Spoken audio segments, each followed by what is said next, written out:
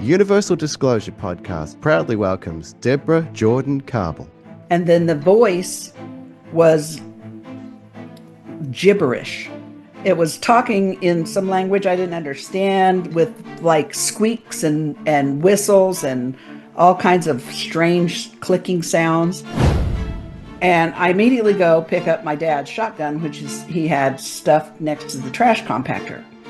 And my mom said to me, "You know that's not loaded, right?"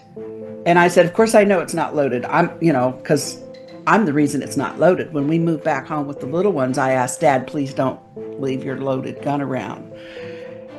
And I also said something to the effect of, well, whoever's out there doesn't know it's loaded. Maybe I can get close enough to them to whack them with it pretty good before they figure out they're not getting shot, While I'm in there, all of a sudden, I feel this intense wave of heat and panic sweep over me. I feel like I'm on fire. And I remember thinking, oh my God, I got to get out of here now.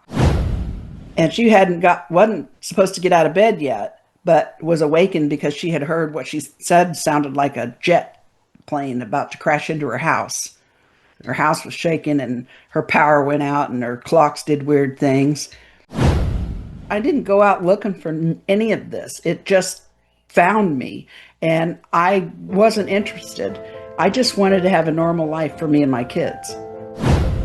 But I woke up thinking there was something wrong with my baby. So I immediately got out of bed and went to check and make sure everything looked normal. Everything looked normal, but I couldn't shake it. It bothered me all day. I kept having these like intermittent like flashes of things that I didn't understand that made me feel like there was something wrong with my baby. The following program is presented for general information, education and entertainment purposes only and is not intended to be advice of any kind.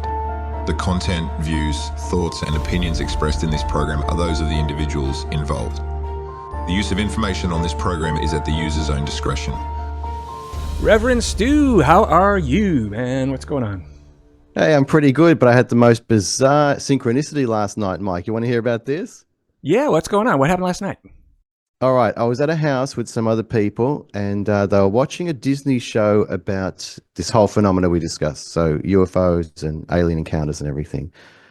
And the first thing that struck me was everyone was really chill about it and calm. No one was laughing, giggling. No one thought it was ridiculous we were watching this show. But that's not the weird part. While I was watching the show, our guest today came up on the screen, Debra Jordan-Kauble. So I was in stunned silence while I was watching this television show. Now, I don't know if she's on every episode of this Disney show, but it was season 2, episode 6. I took particular note of it at the end. Fascinating. That is fascinating. That's pretty wild. Yeah, did you say anything to the room like, hey, I'm going to be interviewing her tomorrow? No, because I thought it's crazy enough that people are watching this show. I don't want to add to the craziness by saying, hey, you know what? I'm interviewing that lady tomorrow. So I just stayed out of it. But it was, I just sat there in stunned silence for a minute. Wow, that's pretty awesome. That is very synchronistic, I would say. Dang. Well, I'm going to take that as a sign for you that you are doing the right thing too and on the right path here. Oh, I love it. Yeah, it was great. I'm still processing it. Yeah, that's got to be pretty interesting. Yeah, I mean, we're going to be talking with Debbie. I don't know exactly when she sort of went public, but it wasn't initially. I mean, she was under a pseudonym with Budd Hopkins Book, and she never originally didn't want anyone to know who she was. She wanted the story. She was okay for the story to go like out there so people could hear it, but she didn't want to be like, yeah, I'm that person. So now things have changed a bit. So we're going to delve into that a little bit as well, but we're probably, we should recap and find out what, the story, because there's physical evidence involved in this too, which is rare. You got the sightings are the most common, of course. It's more rare to have an experience, and it's even more rare for your experience to have physical evidence. So that's what makes this case very, very unique and special in a way. That's impressive. Wow. Okay, we've got both layers there, which is what we like to cover on the show. Yeah, absolutely. And also, I shouldn't say case because there's multiple cases. I believe that Debbie's gone through multiple contact events, as it were. So it's not just a one and done type of a deal. But with that said, Welcome, one and all, wherever and whenever you may be. This is Universal Disclosure, Meeting the Moment. My name is Mike, an active UFO field investigator in Southern California, with my friend and co-host, Reverend Stu in Melbourne, Australia. And won't you join us today on today's encounter with Debra Jordan-Kauble. Debra was the central figure, with air quotes, known as Kathy Davis, in the Budd Hopkins international bestseller, Intruders, The Incredible Visitations at Copley Woods. In 1992, Hopkins' book was made into a CBS miniseries of the same name. In 1994, she co-authored with her sister, Kathy Mitchell, Abducted, The Story of the Intruders Continues. In August 2021, Debra's second book, Extraordinary Contact, Life Beyond Intruders, was published by August Night Press and is available at most online booksellers, including Amazon. She is a former Indiana MUFON investigator, co-founded her own paranormal group, co-hosts 2 podcasts, and co-admins the CERO Midwest Experiencer Facebook page. CERO stands for Close Encounter Research Organization. She spends most of her time behind the scenes helping other witnesses. She is a retired auto industry worker, cosmetologist, Red Cross volunteer, member of Mensa, wife, mother, grandmother, and great-grandmother. Debbie lives in Indiana. Mike, that's one impressive bio. I'm interested in the fact that she worked for MUFON there too, like yourself. Yeah, I'm interested to know if that was before, during, or after these events. And I think my question maybe was just answered there, where when she co-authored a book.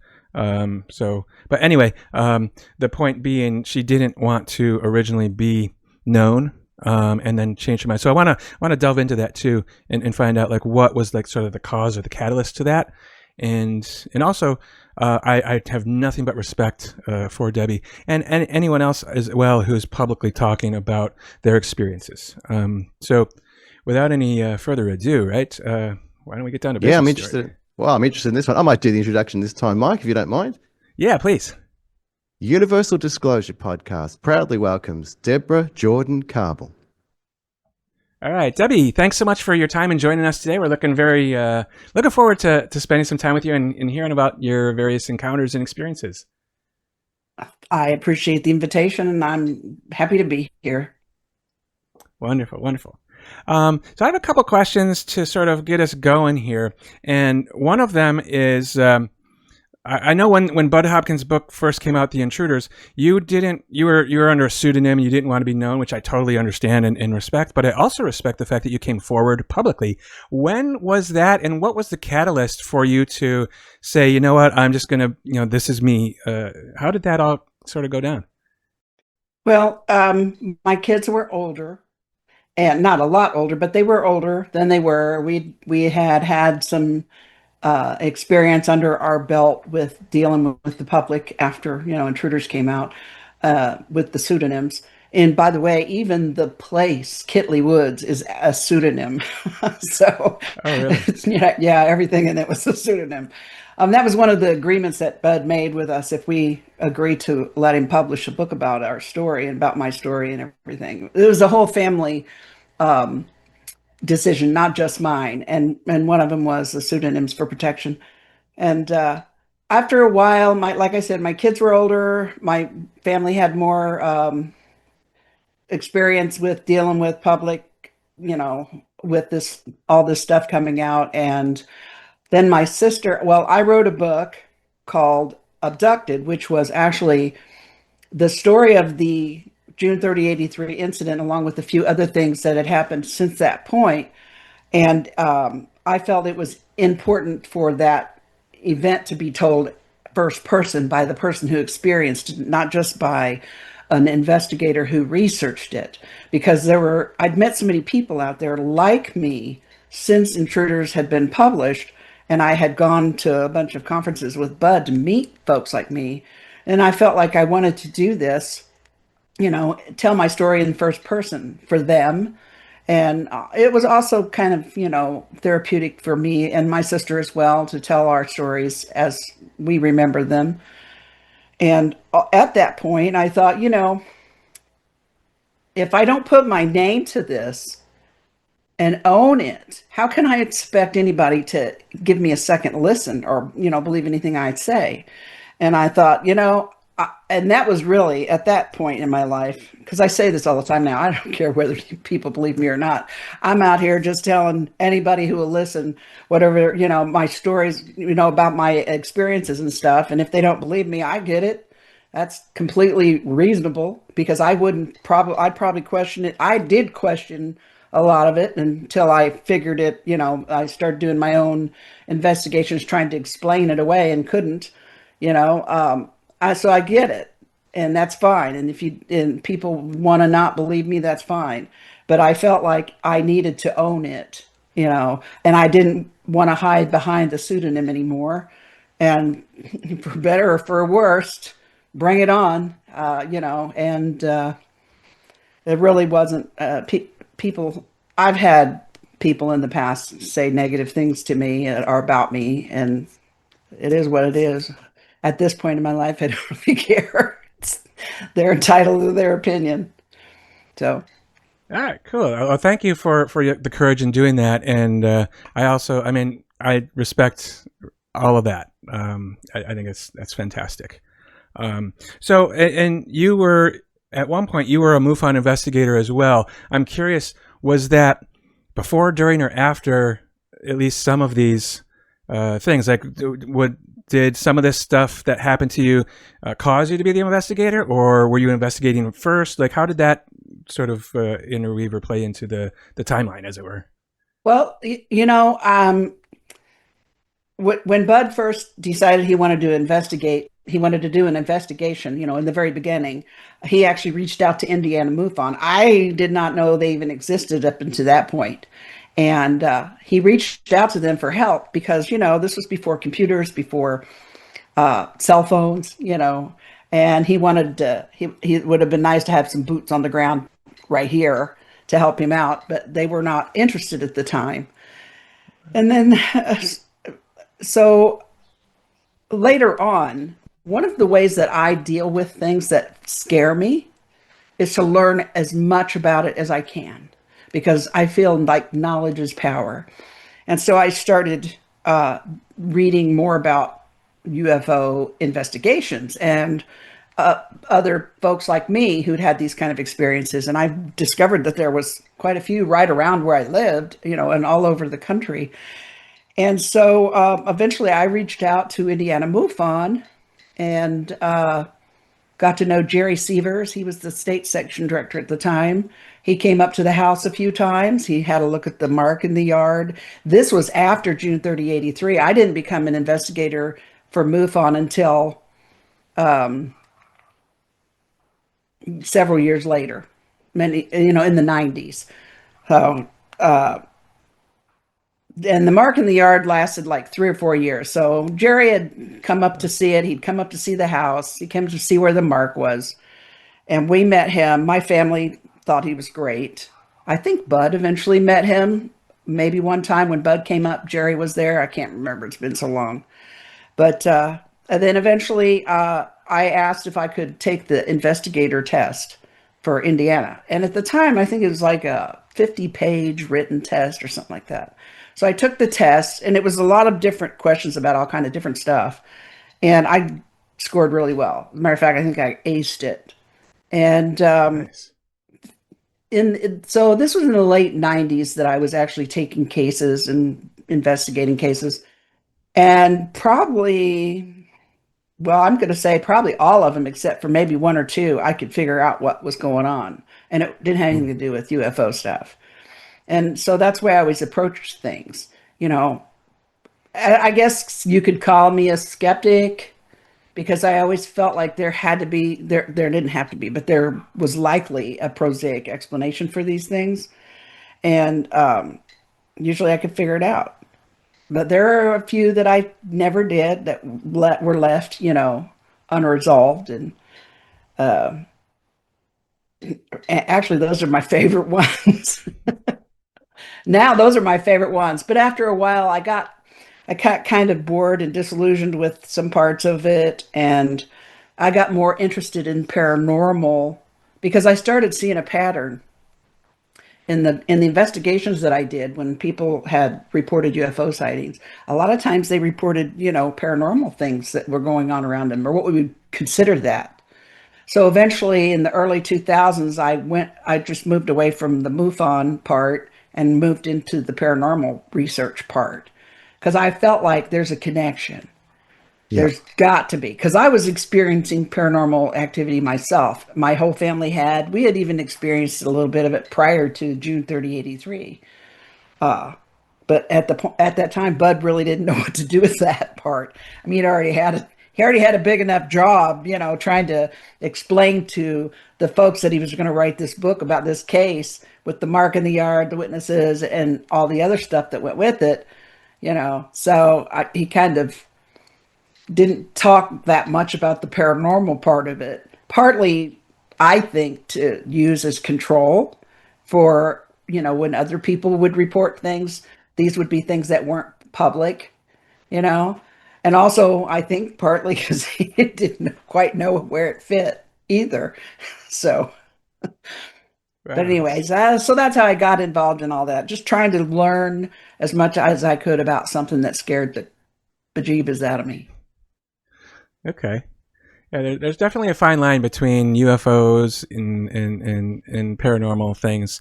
As a current MUFON investigator, it's like we do dance that line, because the MUFON mission, of course, is all scientifically based. But I think more so now today, maybe than in the past, investigators are open to, maybe blurring those lines a little bit. But it's a delicate dance, if you will. It is. It's difficult. I know, and I understand from being a MUFON investigator myself, and also being an experiencer. I can see it from both sides, and I get it. But it is not. You can't deny that there's something else there, something else going on. I don't know what. Absolutely. Debra, were you approached by anyone from the intelligence community that you're aware of? Not that I'm completely aware of or 100% sure of. There were a couple of times when I was approached by certain people, and I don't know who they were or what they wanted.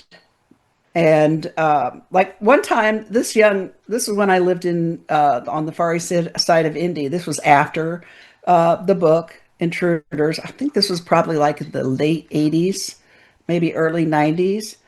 And there was a knock on my door, and I answered the door, and there was this nice looking young man dressed in a suit and tie.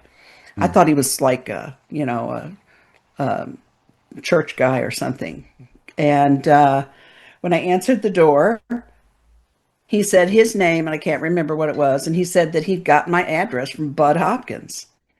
And immediately I knew he was lying, because Bud would never give my address to anyone like that. But I didn't feel threatened in any way. I stood there and talked to him for a minute, and he said he had one question he wanted to ask me about the phone calls that I got when I was pregnant with my second son. Because, when I was pregnant with my second son, I got a phone call every Wednesday at 3 p.m. for the entire time I was pregnant. And it was weird. And it was written about in the books. And he wanted to know about those phone calls. And I told him about them, basically what was in the book, pretty much. And he said, okay, thank you for your time. And then he left, so none of that made any sense. I'm not quite sure who that guy was or why he asked me that question. I knew he was lying, but, then he left. I didn't see any harm in answering his question. Everything that I told him was public knowledge, But so that's question. So I say maybe I have, but I don't really know for sure. So. Right. What were those phone calls you were receiving while you were pregnant? Well, it's so weird. And nobody would believe me when I told them about these phone calls until one day when my mother was there helping me do laundry, and the phone rang. I don't know where it was, but she answered my phone, and it was that weird phone call. And she hung up on it because she thought it was a crank call. And I'm like, oh, what time is it? Oh, it's Wednesday. I knew who it was, And then I explained to her, it's these phone calls that I got, every Wednesday at 3 o'clock. And I thought at first it was my father-in-law because the sound in the background sounded like a factory, kind of like factory sounds, and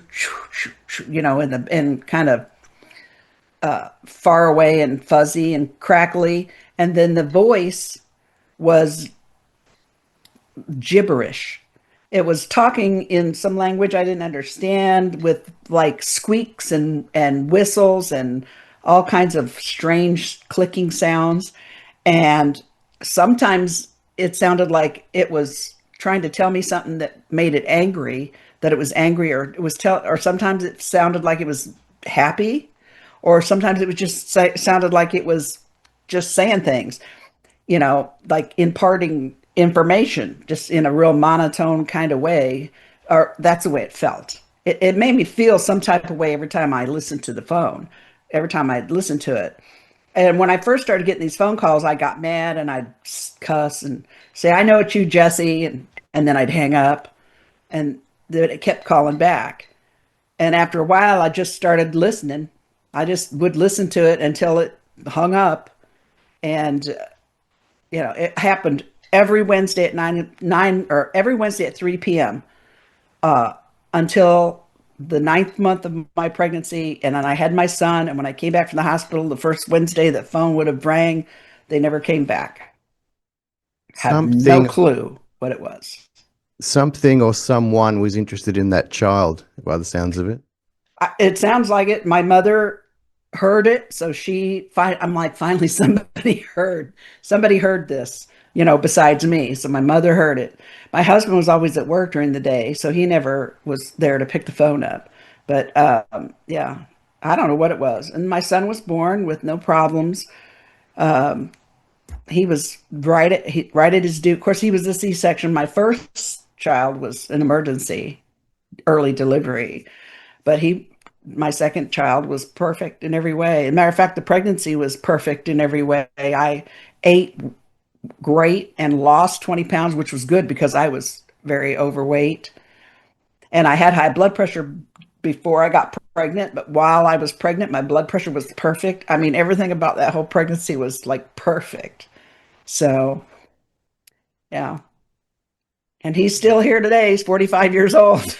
So, does he have any special abilities, or does he experience these encounters? He's very psychic, if that's, he's very intuitive, and he feels things around him, and he sees things. He's currently staying here with us at our house now, and there's been a couple of times he's come out of his room and said, "This house is haunted. I'm leaving." Like, it's not haunted, it's new, and bye. I don't care if you want to leave, leave. But so he's seen things in the house, he says. So I guess he's a sensitive like me. Right. Interesting. And just as a quick side note, I mean, if we get too personal or ask, we can always snip anything out. I'll send you a copy of this before we put it live, just in case you want to, but anyway, so with, ultimately I do want to, talk about your main encounter and then subsequent ones, but I did want to ask a couple more questions before that, if we can. Like, what were your parents ever in the military? My father was a Marine. Yes, and my father was a Marine. My grandfather, well, my mother was adopted, but her adopted father was a master sergeant in the Army. They adopted her from a orphanage in Louisville, and then they immediately left to the Philippines, and then they lived in China, and they traveled all over the place, and then eventually ended back up in Kentucky. But yeah, so my mom's adopted father was a master sergeant in the Army. My dad was a Marine, and I don't know what, we never really talked about what he did in the Marines, but I have a picture of him putting on one of those diving suits with the big helmet, the big bell helmet things and stuff. And he always said he had shrapnel in his leg from flying a helicopter. I don't know what he did, but he was a Marine. And then my brother was in the Air Force. and my uncle was in the army. So a lot of people in my family are in the military. All the men, basically. Interesting. I was sure it looked like you were going to say something. I didn't want to interrupt. No, I just when we were setting up the microphone to record, Mike heard a weird high-pitched screech, which he's never heard before, and then I noticed you mentioned that earlier. I found that fascinating, Mike. Oh my, you know what? Go back and listen, because I do a podcast with my buddy all the time. Well, we haven't done it for a while, but we get a lot of EVPs during our podcast when we record. When I started going to paranormal investigations with my friends and my first paranormal group in Indy, those kids, they nicknamed me the antenna, because my recorder would pick up some of the most unbelievably clear EVPs, electronic voice phenomenon, or disembodied voices that they'd ever heard. So they kind of hang around me, or whatever they are. Yeah, I'm wondering if those phone calls were from the other side, so to speak. They were from somewhere different, that's for sure. It sounded like it was factory far away. That's why I thought it was my late father-in-law for a while pranking me, because he worked in a factory. And it would be him. It would be like him to prank me like that, but it was not him. So. Well, that actually reminds me of something that I wanted to ask. I don't want to jump ahead or jumble it up, but it's perfect time to ask the question. And we can definitely get into the story so it'll make sense to the people who are listening, as it were. But at one point, I'm a little bit confused about when your mother called you and she asked for you to come back, and if that was all the same night. But I also am wondering, and I'm only asking you this because I wouldn't ask this to someone who's just sort of exploring their experience or whatever, but because you've been dealing with it for decades, do you think that was actually your mom, or could it have been somebody who was maybe making it sound like her? What happened when you got back to the house? Just that part of your story is a little confusing to me, where I'm not connecting the dots. I don't know if that makes any sense, or if I delivered the question right. But no, I get you. No, I understand. Yeah, my mom did. It was my mom that called me home that night. After I left, after I'd seen the light in the pool house, and then saw the open pedestrian door of the garage, and then got to my friend's house, the phone rang, and it was my mom. And she, I called her first, and I said, "Hey, I saw the pedestrian door open. Do you want me to come home?" And she's like, "No, don't worry about it." So then I hang up the phone at my friend's house, and then my friend's phone rings back right away, and it's my mother calling back, and she says, "I want you to come home right now." And I thought, she sounds kind of weird, because she normally doesn't get scared of things, I said, "Are you sure?" And she's like, "Yeah." And my friend's husband had yelled over my shoulder, tell her to call the sheriff. That's what we pay them for. And she heard him. And in hearing him say that, she said to me, "I don't want anybody here but you." And I'm like, "Okay, fine." So I hung up the phone, and then I went back to the house. So a week, well, I guess maybe a week passes. It was after we'd already seen the mark in the yard, I believe. And Mom is standing at the kitchen table, or at the kitchen sink, looking out that same window at the bird feeder. And then she says to me, I'm sitting at the kitchen table, "Hey, I just remembered why I called you home the other night." And I said, "Okay, well, why did you call me home?" She goes, "Well, I was standing here looking out the window, and I saw a basketball-sized ball of white light around the bird feeder." And she said, "I thought maybe it was your father coming home early, and it was his truck headlight beams, but I didn't see anything." And she said, "Then I thought maybe it was a flashlight, that somebody had a flashlight and was walking around back here." But she says, "I didn't see anybody or, any beam. It was just like a ball of light." And she goes, "It went smaller and smaller and smaller, and then went poof, it disappeared. And as soon as it disappeared, that's when I got it in my head that I needed to call you and get you to come home right away. So that's when I called you." And I was thinking to myself, well, it's a good thing you didn't tell me that then. I might not have been in such a big hurry to come back home. I might have been like Jameson and say, "Hey, just call the sheriff, and lock the doors." But so, yeah, I think it was my mom. She remembers calling me And she just didn't remember why for several days, and then she remembered why, and then she told me. So, I mean, she could have been like under somebody else's control. I don't know, but I think it was my mom for sure that called. So, Mike, isn't Okay. it interesting that Deborah's mother doesn't recall? Like it's been blocked from her mind, but there was a motive. Someone wanted Deborah back at the house for that reason. Yeah, that's why I wanted to, because I heard a recent podcast that you did, and when I was hearing that part, I didn't have time to go back and re-listen to it. But when I was listening to it, it's like it's something. There's like a missing link for me, and that was kind of why I wanted to ask that question. did that help? It did. So I'm also wondering, like, what, like, when you arrived at home at that particular night, like, what was your mom like surprised to see you, or like what happened then? No, she was waiting for me when I pulled back in. When I went back home, after she called and asked me to come home, I said, "Hey, I'll be back. I'm going to go check it out." And I went back home, which took like 2 minutes because it was just the road behind ours. So I got back there and I pulled up to the side driveway, and I got out and I went into the little, we called it the Florida room off the side that my dad had built, this little patio room enclosed. She was in there waiting for me when I went in there. So I went in there and I immediately go pick up my dad's shotgun, which is, he had stuffed next to the trash compactor. And my mom said to me, that's not loaded, right? And I said, of course I know it's not loaded. Because I'm the reason it's not loaded. When we moved back home with the little ones, I asked Dad, please don't leave your loaded gun around. And I also said something to the effect of, well, whoever's out there doesn't know it's loaded. Maybe I can get close enough to them to whack them with it pretty good before they figure out they're not getting shot. So I grabbed it. And I'm not a gun person, didn't like even touching them, didn't like that it was in the house, even though it wasn't loaded. So that I picked it up was out of character for me a little.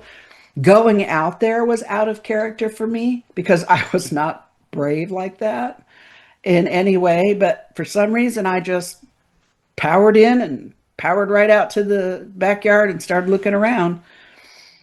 I would do it today, but back my 24-year-old self was a lot more timid and more easily scared than I am now. So I'm glad you mentioned that because I was struck by your level of bravery. Like I thought, that's a tough lady. no, I wasn't. I don't know.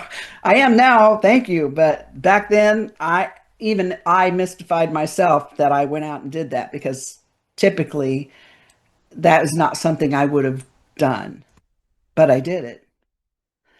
So, Okay, could you explain for our audience, please, what unfolded then, what occurred after that point? so yeah, the whole, it starts out, I noticed a light coming out of the pump house swimming pool while I was getting ready to leave. I was looking out the kitchen window and saw this pump house light on. Mom and Dad had a big swimming pool and a big pump house.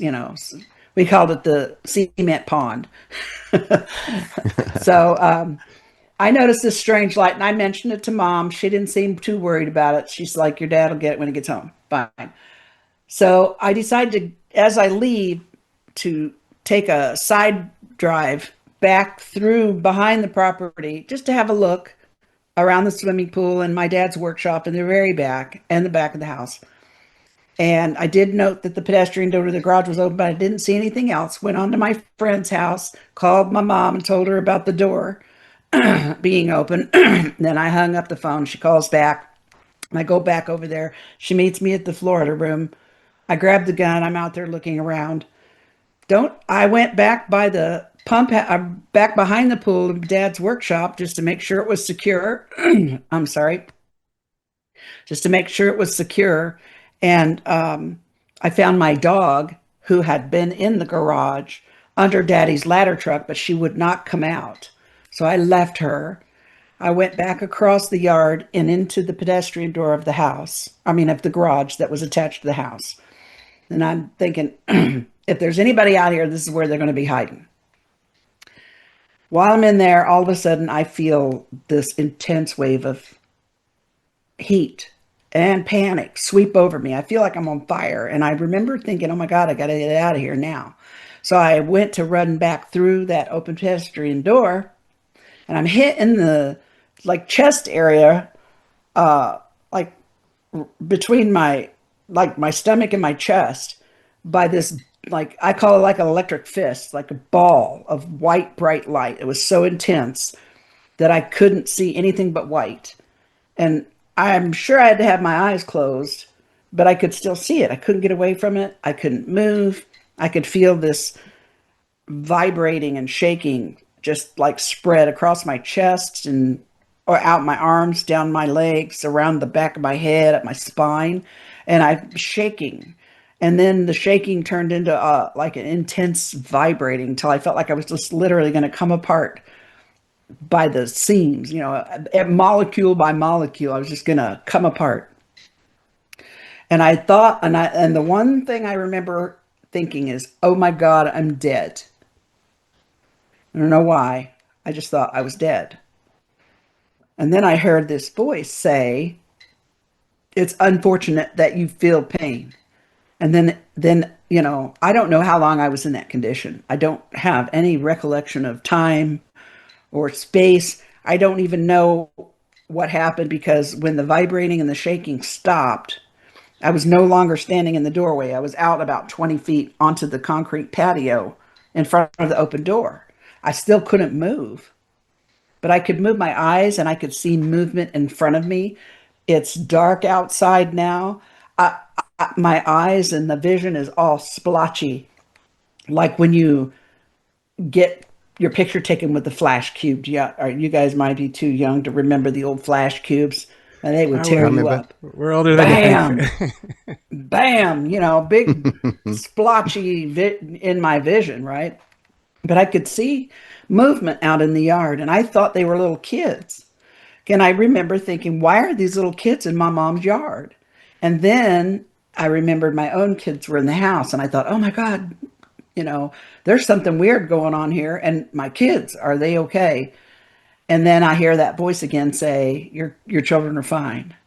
And at one point I see these kids line up in the yard and up off to my right, up by the driveway, and they all just kind of slide down towards me. And as I'm watching them with my eyes, then I see this thing to my left that's out in the yard a little ways from me. It's shaped like an egg, sitting on its big bottom with its pointy side up. And it wasn't much bigger than that pump house, the swimming pool. And there was a ball of light about the size of a basketball away from it in front of me, and it went down real slow and then came back up real slow. And for some reason, I thought it was looking at me, or its attention was on me for whatever reason. And when I saw that thing, I immediately lost all interest in the kids. I don't remember seeing them go in that thing. I don't remember where they went or anything. They were just gone. And there's that thing.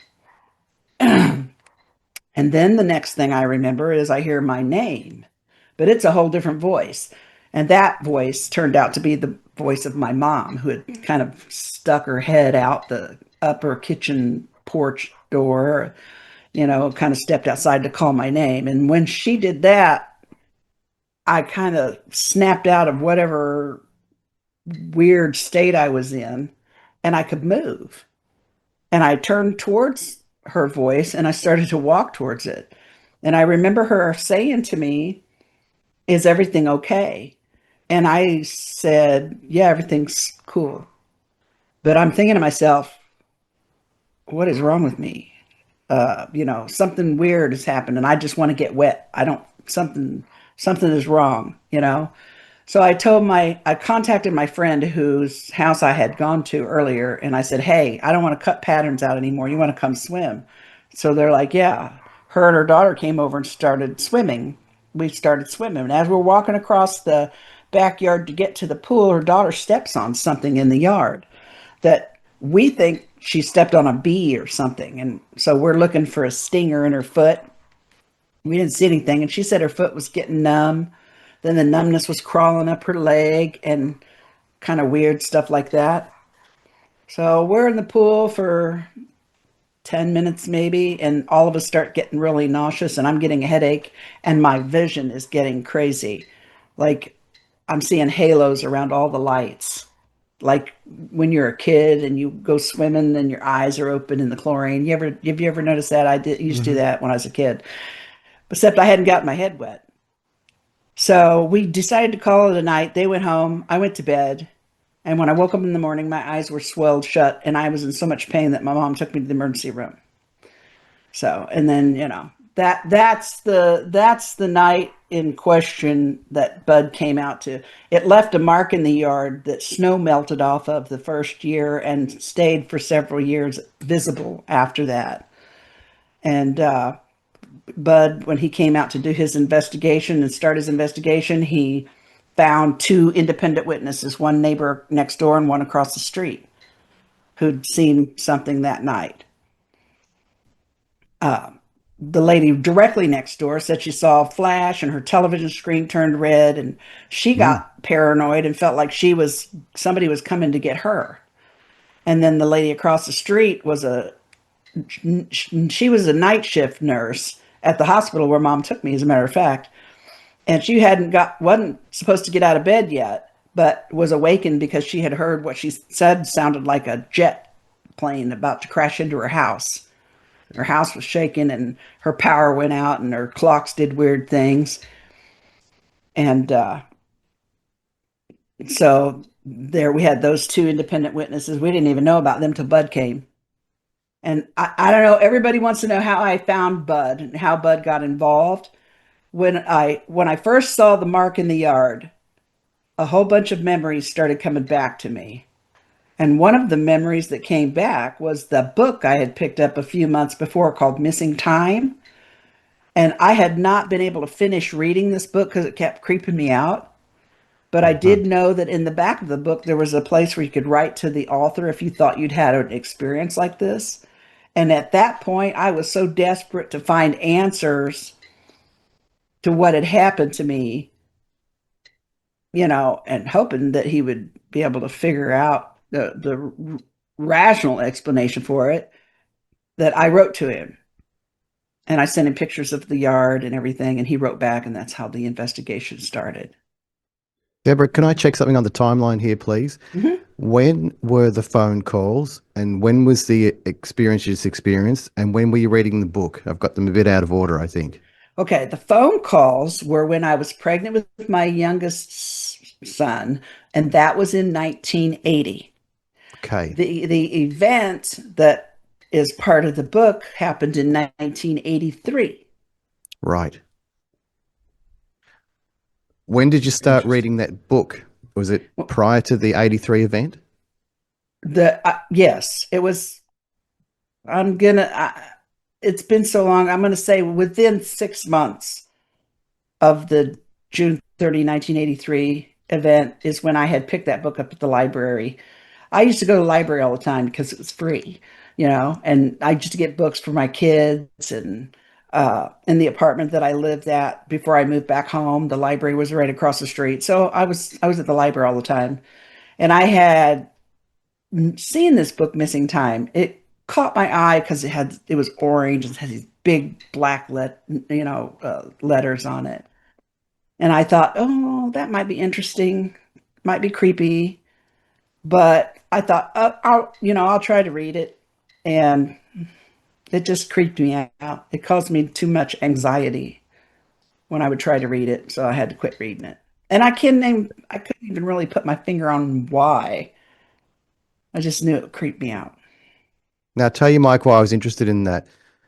A couple of friends of mine who have had encounters told me the encounters happened when they were focused on this type of topic, and they feel like, in a way, it drew the occurrence to them. But it's a question of what came first, the chicken or the egg. So were the encounters happening first, which made you curious?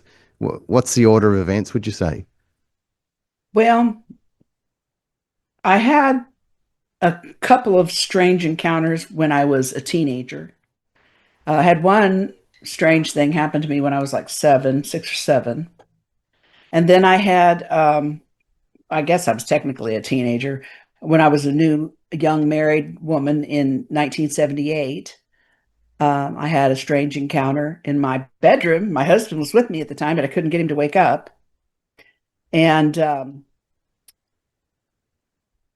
and then I had the June 30, 83 encounter when then I had an encounter June 30, 83. Then my mom and I had another encounter at the house there in April of 84.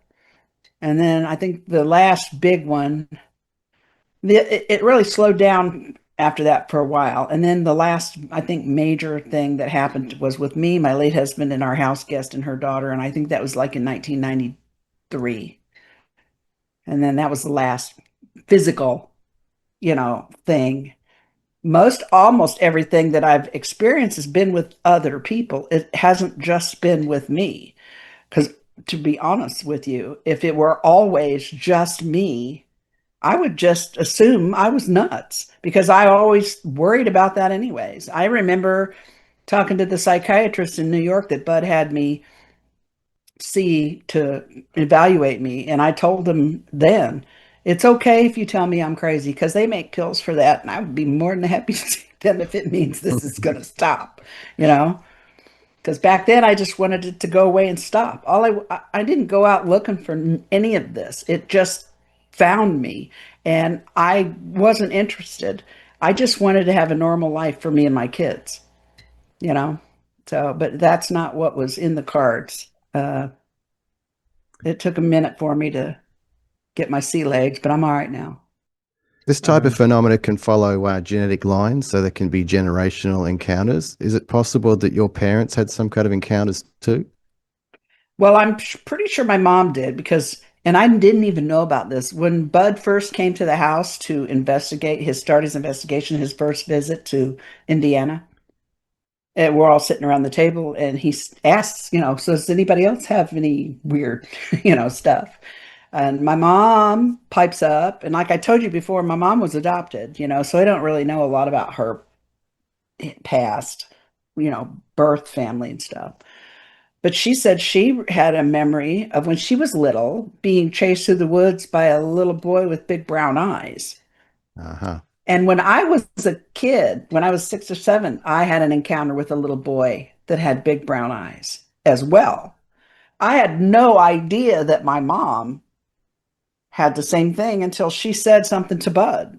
And I'm like, what? You're kidding me, And then, of course, my older sister, and that's why I kind of thought maybe, might have the event of 83 and maybe the event in 78 when I was first married might have something to do with this whole abduction phenomenon because my older sister had an event happen to her in 1965 that she talked about for a long time.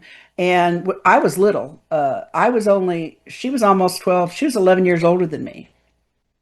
And when she first had this event happen, turned 65, I was only 6. And so I heard the family talk about it all those years. I just assumed that kind of stuff happened to everybody. That was just part of life. I didn't think it was weird. As my older sister, who I worshiped the ground she walked on, had this story. And I just assumed that it was true because she wouldn't make a story up like that. And so when I wrote to Budd, I told him about her event in 65 first, which kind of made her mad because I didn't ask her permission first, but she got over it. And then said, and oh, by the way, this happened the other day. And, so I think I know my older sisters had several encounters. The only weird thing about it is my older sister remembers her encounters with what looked like big, tall, praying mantis-like things. And I don't. Mine are just the little gray fellas. And you'd think that in the same family, there would be, the same NHIs, but in this family, not so much, which that doesn't kind of make sense, if anything makes sense. But, I thought that was kind of weird. Yeah. Okay, so Deb, I want to just do some wild speculation here on the timeline, perhaps, and I'm just curious. And again, if we're crossing any boundaries or anything, just let me know. But I remember you saying something on a different podcast about like you had a pregnancy that didn't quite make it all the way through, as it were. And was that And again, if you're open to talking about it, was that around before 1980? Yeah. That was before before the birth of my first son. I was let's see, I graduated in 77. I think this happened in around the end of 77, beginning of 78. Uh, I was my boyfriend and I, who ended up being my husband, who was the dad of my two sons, we were going to get married in June of that year. But when I found out I was pregnant in January, uh, we moved the wedding up to April because it was a different time, you know. Mhm. And I didn't want to be obviously pregnant when I got married. So we moved the wedding up. Now, the only time, and this is the conversation I had with my doctor at the time. I was still a teenager and I was still living with my parents and on my dad's insurance because I still lived at home. So um, I thought I got pregnant on Christmas because, you know, you got to do stuff to get pregnant, right? Mhm. But my doctor felt like I was farther along than that. And I had had an event. I had had a weird experience with two other gals, two other teenage girls. The three of us were out driving around in the boonies in Indy, way out in the middle of nowhere, and we had seen the light in the sky. And I only remember seeing the light in the sky, but my other friend remembered seeing the light on the ground and pulling over. And then I remembered the whole car being enveloped in some kind of black smoke and somebody dragging me out by my legs. Uh, and that was in like early November, the beginning of end of October, beginning of November. And so I found out I was pregnant in mid-January. We moved the wedding date up. Didn't want to be pregnant. What wasn't planned. I mean, when we wanted to have kids someday, but not yet. But it was what it was, and we started accepting the idea and getting excited about it and all that. And then, I guess in March, early March of that year, I was at my sister's, my older sister, babysitting. She had four of them, stair steps. And I was babysitting one night. I remember I fell asleep on the couch with my back to the front door watching the Bob Newhart show. I remember it on TV like it was yesterday because I felt this stroke down my back, all along from my head all the way to my spine. And I jumped, but then I thought, oh, that's just Sissy. That's my niece. And, you know, it just was so soothing. I just fell right to sleep. And then when I woke up the next morning, I was in her bed, which is where I would have crashed out anyway. But I woke up thinking there was something wrong with my baby. So I immediately got out of bed and went to check and make sure everything looked normal. Everything looked normal, but I couldn't shake it. It bothered me all day. I kept having these like intermittent like flashes of things that I didn't understand that made me feel like there was something wrong with my baby. And so I told my BFF that this is the same girl that I had been in the car with that previous, you know, fall driving around. We were actually spying on her boyfriend at the time. We were doing it. You know, what can I say? But she's like, well, I'm getting ready to go to Planned Parenthood to get my birth control pills. You can go with me. You get a free pregnancy test. You know, I'd already been to the doctor. I'd already had a pregnancy test. I'd already had an exam. We had a discussion about how far along I was. He thought I was farther along than I thought I was. You know, so she says, you can go get a free pregnancy test. Nobody will know. It'll be positive. Then you can shut up and quit worrying. And I'm like, okay, I'll go with you. So I went with her, but my pregnancy test was negative. And I kind of freaked out in the car. And she is like, go tell your mom you're spotting and she'll take you to, you know, and then you go to the doctor. So I told my mom, I'm spotting, I need to see the doctor. So my mom got me a doctor's appointment right away. They got me in. They did another exam. It was just a family doctor. I didn't have an OB/GYN. He did an exam They did a pregnancy test. He told me to get dressed, and he had said for me and my mom to go in his office. So we went into his office. We sat down. He said, "You're not pregnant." And my mom is like, "What? What on earth?" And my mom's asking the questions. I'm just sitting there. Did she have a miscarriage? Does she need a DNC? He said, "No, I didn't need any procedures. Everything was perfectly normal." He looked at me. He said, "We see this from time to time, especially in young women." He said, "My best advice to you is to forget that this ever happened. That you're perfectly healthy. There's nothing wrong with you. You'll have plenty of time to have children. You'll have plenty of kids. My advice to you is just forget this ever happened."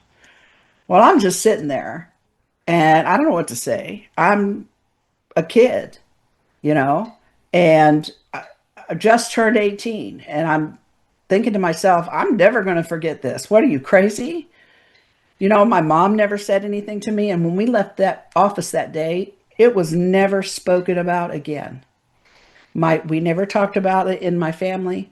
My now ex-husband and I never spoke about it. We went on ahead and got married in April because everything was already changed and we were going to do it anyway. So we went ahead and got married. And then I eventually became pregnant with my first son. He was born in 79. And then my next son was born in 80. No, yeah. Robbie was born in 79, Case born in 80. Jeez, I'm getting old. My God. But so the pregnancy with my second child, basically my second pregnancy, didn't take too much longer after this first one was lost. But that was a tragic nightmare. I was deathly ill the whole time. I spotted through the whole thing, and I went into eclampsia, and I went into organ failure, and then was in liver failure, kidney failure. They had to take him by cesarean section. He wasn't due for 6 more weeks, almost 7. And they had to take him because I was dying. And then during the delivery, I went into cardiac arrest twice. Whoa. And yeah, even though he was 6 weeks premature, everything inside was formed. His lungs were completely developed. His fingernails and toenails hadn't even come in yet. His ears were still folded. His eyes were still shut. He had long white hair on him that typically fetuses have, but usually come off before birth. And so that's how they knew how early he really was. But you know what? And this was 46 years ago. He and I went home together 7 days later with no damage to any of my organs, even though I had cardiac arrest twice. And he was so early, prematurely. He didn't have any body fat on him. So, but yeah, so it was weird. That was a whole miracle thing there. And I had an NDE during that experience. So the whole thing was just crazy. That whole part of my life was crazy. And it started out with that pregnancy that just went away. So.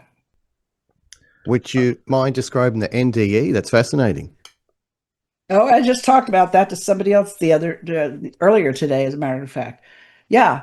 It was when they decided that I was semi-comatose, and they told my husband and my mom, because they told me later, that the baby had a 50% chance of survival and mine was less, and that they should get ready for the worst from me, for me. And so he went in there, and I remember there was a whole bunch of people in there. There were a whole bunch of people in there because it was very unusual for preeclampsia to become eclampsia in this day and age. It did not respond at all to any of the treatment. So that's why they figured I was dying. And the only way that they could save me was to get the baby out. And so, yeah. I don't mean to interrupt, but I don't know preeclampsia or can you explain what that is? Well, I'm not really sure what it is. It's a dangerous disease that only happens to pregnant women. And it's where I can tell you one thing. I was hospitalized for a few days before that, and I gained like 20 pounds of fluid because my kidneys shut down. and my blood pressure was in the 200s over the 150s. And I was in bad shape. So you'll have to Google up eclampsia Okay. to see how bad but it can be fatal and it's very dangerous. But it only happens to you when you're pregnant, and the only cure for it is to terminate the pregnancy. Oh, wow. There's treatments that you can get for preeclampsia, but when you flip from pre to full blown, you're in trouble. Yeah, So I'm not a doctor at all or a nurse or anything yeah, like that, but to me me that either. almost sounds like it might be an RH factor. Is that possibly at play here? No, I don't think so. I mean, I'm A positive, and as far as I know, my sons both are positive. Uh, my mother was A negative, and my dad was O positive, but I'm A positive. So I don't know. I don't know that. I don't think it would be, but I don't know. All I know is I pretty much died. I went into cardiac arrest twice on the table.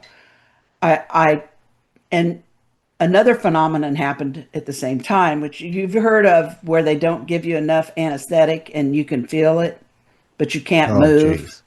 Okay, I could feel them. I could hear them talking. The whole operating theater was packed full of people because this was an emergency C-section, and this was, everybody wanted to come in here and see what was going to happen.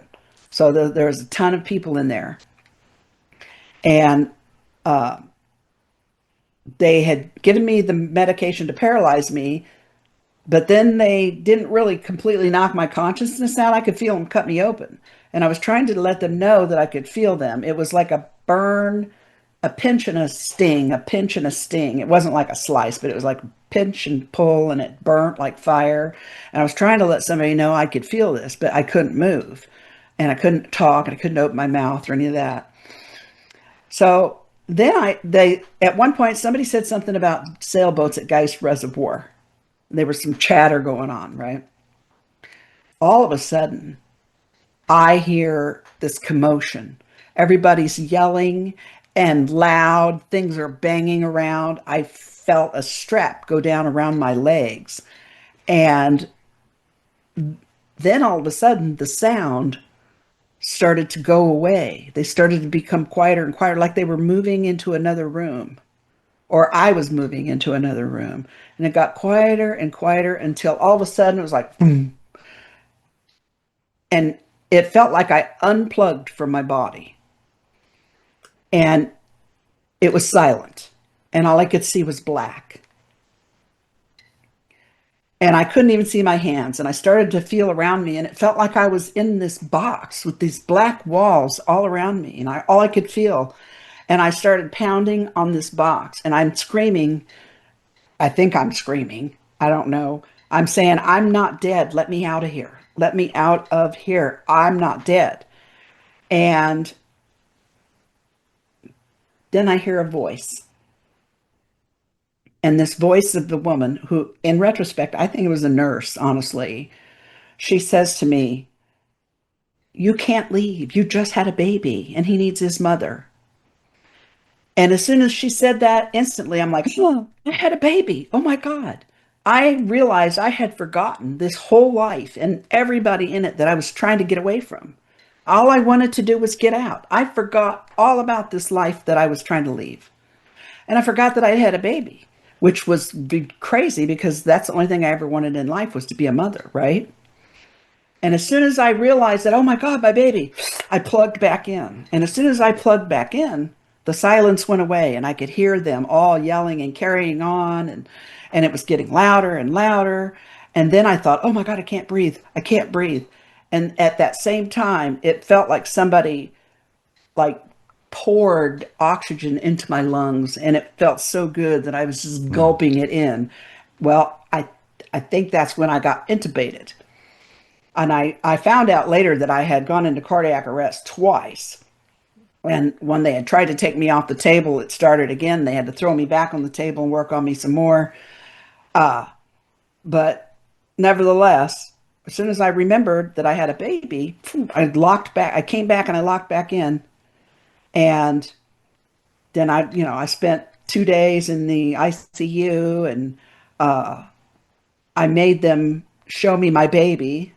And once they showed me my baby, my blood pressure came down, and I survived. And not only did I survive, like I said, I went home 7 days later with no heart damage, no organ damage. All my organs kicked back in. My kidneys started working, my liver, everything started working again. And I went home 7 days later, and I've been kicking and fighting ever since.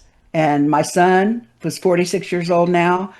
He is a computer whiz scientist and IT specialist. And my granddaughter, who's his daughter, she's currently just started college in computer science programs. These kids are, my son and my granddaughter are super smart. You know, hopefully, I think they're going to do great things in the world one day. So they were supposed to be here. That's my near-death experience. I didn't see Jesus or white tunnels or loved ones or anything. I just, you know, it's weird, but Wow. That's the weird. And amazing. another weird part is, I had just had that experience of having those two gray guys in my bedroom with a black box. That was right before I found out I was pregnant with this pregnancy. They came to my room. I tried to wake Charlie up, and he couldn't get him to wake up. They had a black box in their hand, and I was terrified when I saw them. And I said, "Don't touch me. Don't come any closer." And then as soon as I did that, I felt calm. He floated this box over to me, and I said, "What is this? Can I have it?" And he said, "No. But when you see it again, you'll remember and you'll know how to use it." And then he took it back and they disappeared. And I tried to wake Charlie up, but I couldn't get him to wake up. But I told him about it the next day, called my mom and told her about it. He thought I was crazy. My mom believed me. And then it was not even a year later, I find my whole consciousness in a black box. I didn't even connect two and two until Whitley Strieber kind of made that connection for me between my NDE and that black box experience. Maybe there's a connection, maybe there's not, but I find it interesting anyway. Yeah, I've heard about that in Dr. Carla Turner's work. There was an experiencer who was basically taken out of their body and put into the black box. So I've heard about this before. That's crazy. Yeah. See, I told you, you ain't never gonna run. I want a highly inappropriate question, but I want to ask it anyway. And tell me to shut up. But I mean, do you think like the pregnancy that you were talking about just now, was that like a natural pregnancy, or is it possible that there could have been something a little bit different? I mean, I've always assumed that it was just a naturally occurring, pregnancy with me and my husband. Think that's probably the safest way for me to continue. So I'm just going to assume, he looks like me. The other kid looks like his dad, but the first one, he's like the male version of me. So I think Mike's referring to the one you lost. Is that right, Mike? No, I wasn't actually. The only reason I asked that was because you had mentioned that the gray dude showed up with a black box, and then with the pregnancy, you were sort of like in the black box. So I was just kind of wondering if that was. But I mean, on the larger scope, I was trying to see if there's, and I don't know if there's an answer to this or not, but can actually, like, first you had the pregnancy that didn't make it, and I'm sorry to even be bringing this up, but. Yeah. Okay. But then it's part of it. But then you had I just had done then there was another pregnancy that was normal, thankfully, and then there was the phone calls associated with that one. Then there was the event. I'm just trying to see if there's some type of connection between all of this. I don't know, but that's where I was kind of like, my brain was going with that. The only common denominator I've been able to figure out with any of it is me. It's me, the experiencer. I mean, I can't figure out. My whole life has been bizarre. When I look back on it now, and I understand, going through it, I just assumed Everybody's life was like this, but now I can sit back and look back at it and realize I've been through some weird stuff. I've even been through some weird stuff that would be considered normal, like the tornado and the suicide and things like that. I've been through stuff that people, my therapist tells me that I've been through stuff that a lot of people would not come back from, and I just keep bouncing back like the Energizer Bunny. So, I'm familiar with what you're talking about, but if you don't mind, just sort of recapping that for the folks who might be hearing about you or whatnot for the first time. well, on November 17th, 2013, our house was hit by a tornado here where we live, and our house was the only house on the block that was completely flattened and parts of it gone. We lost everything, and we were in the closet in the bedroom when it hit, and the only thing left standing was the three walls of the closet. The roof was gone, and a bunch of bricks and stuff was on top of me, and I had to be dug out, but I didn't really get a scratch on me. Just a couple of welts from the hail that hit me in the face. Uh, I should have been dead, but I wasn't. But it was traumatizing as hell. I mean, I couldn't close my eyes for 2 weeks without hearing it. And I still Wow. have I still have PTSD from the storms. I do EMDR therapy for PTSD for that. Also for the June 30 '83 incident. She knows all about my weird stuff, and she's been very supportive. And then that was in 2013. In 1994, the fella that I had just married, that I'd been friends with for 10 years, we'd been married 5 months. And he was bipolar and he took medication, which he did well on. But when they changed up his medication, within 2 weeks, he had committed suicide.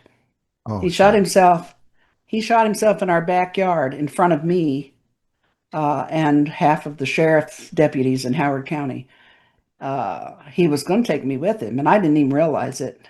But at the last moment, he decided not to, and he just shot himself. And I watched it, and it was very traumatic. And I didn't even remember seeing things and hearing things for about 3 months. So that's how I know how strong the mind can be when it's trying to protect you from something, you know. And once I was able to, my mind allowed me to recall it, and it wasn't pretty, but it was necessary, and I'm good. I'm good. I can look back on all of it now, and I can say that, and I know this is going to sound crazy, but it was a gift to me in that it taught me how strong I really was and how strong I could be, and that I was there for him in his last hour of need, his last time, you know. And of course, I went through all the normal grief process and things that people go through when they survive suicide. I went through all that, but I came through it better than ever, stronger than I ever thought I could be. So, I'm so sorry to yeah. hear that you went through that, but I get what you mean about realizing your strength. Had that husband of yours been through some sort of trauma? Yeah, actually, and he was a part of the whole UFO phenomenon as well. That's how we met. And Right. he'd had experiences. So, but I can't go back and change time. It is what it is. But it was a bad time in my life. It's kind of strange because after that moment, and also after the tornado, everything quieted down paranormally for a while. It's like everything just stepped back and left me alone. I don't know if it was watching to see what I was going to do or how I was going to do, or just kind of laid off me for a while, but everything just like quieted down for a couple years.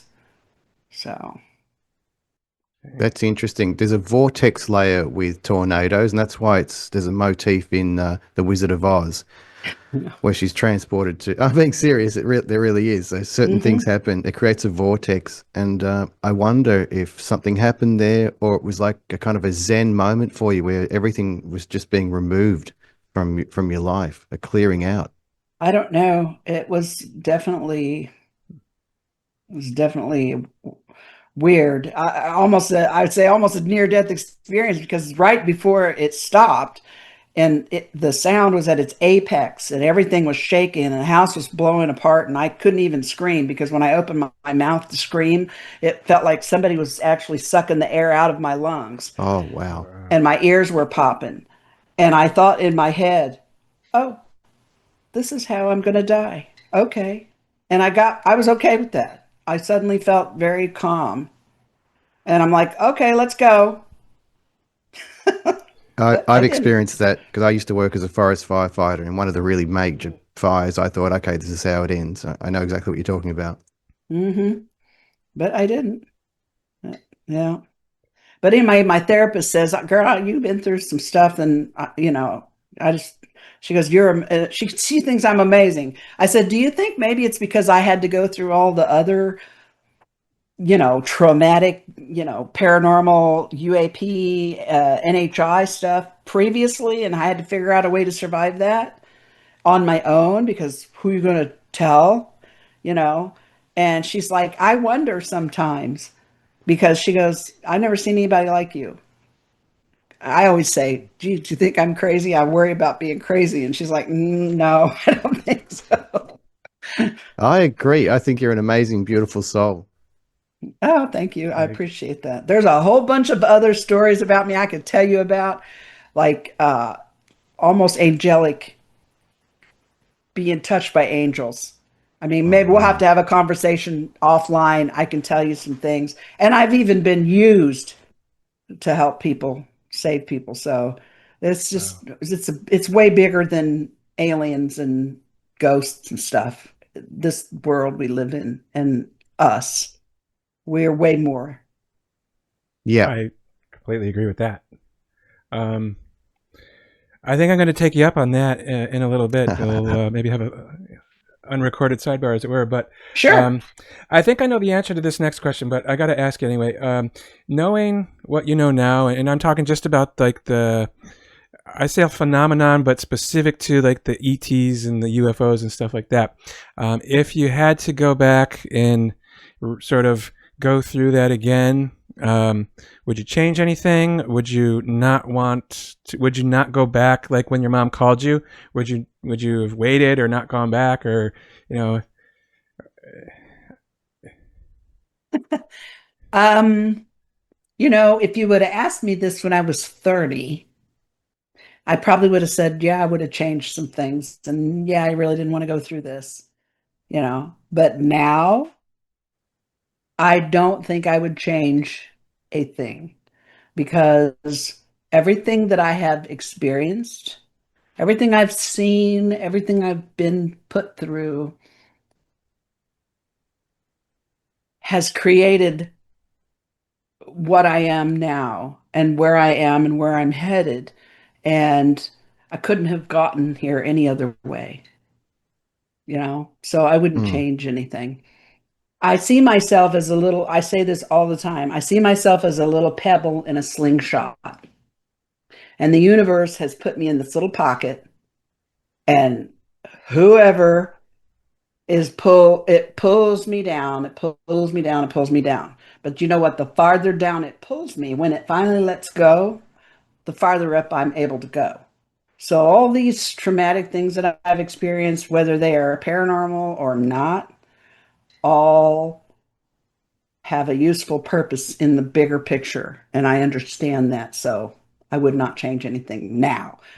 When I was 25 or 30, might have been a different story. I wasn't ready yet. Okay. Mike, I resonate Maybe. with that so deeply. Yeah. I don't It's think just, I'm alone. yeah, that's a common theme of, experiencers sort of working through it, and it's traumatic at first, most of the time, and then they sort of become at peace with it, or I don't know what the word is, but I think it's interesting that that seems to be the overwhelming result. Although sometimes it takes a very long time to get there, but I think also it's like a ray of hope, perhaps, for some people out there who might be questioning stuff. Right? It's like a birth, you know. Births are traumatic and painful and scary, especially for the mother Yeah. for the first time, you know. Mm. But it's a birth, and I felt like I've been reborn in a way. I always said in June 30, 83, when that thing hit me in the chest, Debbie 1 died and Debbie 2.0 was born in that. And it was traumatic and scary, like a birth, but you know, it was worth it. If I can just ask a couple of nuts and bolts questions with the encounter that left the mark in the grass. And as an aside, if you're open to sending the photos, I'd love to put them up Oh yeah, in that Yeah. in that sure. section. That would be great. But with the encounter that made the mark in the grass, did Budd Hopkins or anyone around after that, did anyone take out like a Geiger counter and look to see if there was radiation differences there? Because it seems that's Hmm. kind of what that sounds like. What were the results there? My dad and my uncle Jim, God love them. They got a Geiger counter from World War II somewhere and brought it over to the house. I don't know that they particularly knew what they were doing. They couldn't get it to zero until they got past the workshop back at the end of the Okay. property. And every time they tried to get near the mark in the yard, it would go berserk. And he reported Wow. that to Bud. Now Bud came out, and Bud did do some soil sample testing, and their lab report is actually published in Intruders. Um, and I actually still have some samples myself because when I chunked up some for Bud, I took some for myself. And they survived the tornado because they were in my cedar chest in a waterproof box. Well, the cedar chest was beat all to hell and spun up to pieces, but the stuff inside survived. Um, so yeah, the soil was tested, and the only thing they had to heat it at, oh, like, I can't remember the exact thing. It was like 800 degrees for 12 hours to get it to be even remotely like the sample that they got, and it still wouldn't reject water like the soil sample did. Snow melted off of this thing for the first year. Afterwards, the water would just roll off of it. And you know, my eyes were never the same after that. Whatever that light was so intense that I developed cataracts and macular degeneration in my 30s, and I had to have my lenses replaced by the time I was just like 48 years old. And I've had to be monitored my whole life, basically. I go to the eye doctor and get dilated every 6 months. They're watching my macular degeneration. It's starting to progress slowly. Vision in one of my eyes is worse than the other. Unless medical science catches up to me one day, I'll probably be blind legally, but and I can't do anything about it right now. But I and also I never wore glasses until after that night. And after that night, when my eyes finally healed up, I went way farsighted, and I developed a bit of astigmatism. And one of my eyes is bluer, and one of them is greener, and one pupil is smaller than the other. That I can't prove that that night and that light did that to my eyes, but I will always forever believe that. And then the dog that had been in the house, under the ladder truck that night.